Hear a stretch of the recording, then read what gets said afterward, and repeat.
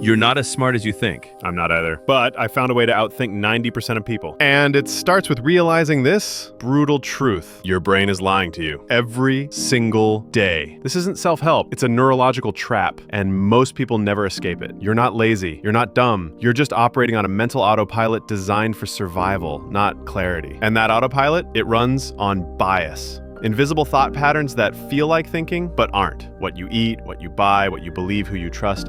It's all shaped by cognitive biases you never signed up for. 188 plus of them, quietly manipulating your every move. Most people live their whole lives inside that trap and never even notice. Let me show you one. You hear about a plane crash. It's all over the news. Suddenly, flying feels terrifying. That's called the availability heuristic. Your brain assumes something is likely just because it's memorable. Meanwhile, you're 80 times more likely to die slipping in the shower. But when's the last time you panicked before bathing? Exactly. That's how bias works. It feels like truth, but it's not. Here's the real problem. Most people don't make decisions. They just react based on patterns they didn't choose.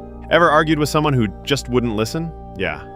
That's bias. But you do it too. I do it too. Because the human brain hates thinking. It cuts corners. It follows scripts. And if you don't learn to catch it, it controls you. So how do you break out? One habit, second order thinking. Most people think one step deep. I'll skip the gym today. I'm tired. Sounds harmless, right?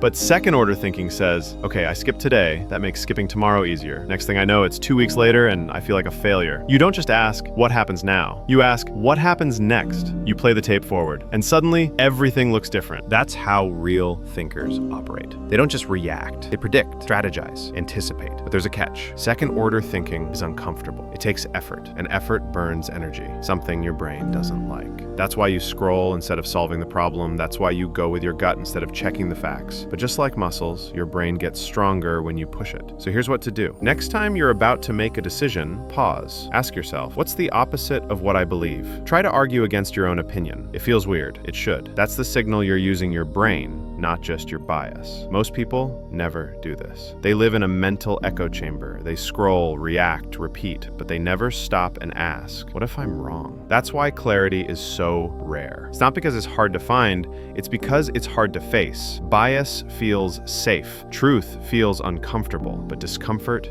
is the doorway. Step through it and you'll see things no one else sees. Patterns, flaws, traps. They all become obvious. That's not magic. It's mental discipline. So if you're still watching, you're already ahead. Now the real question is, will you use it? Before your next decision, pause. Ask, thoughtful. What happens next? Ask, questioning. What if I'm wrong? Because the people who outthink the world, they're not the smartest. They're just the ones who think deeper when everyone else reacts faster. That's your edge, your move.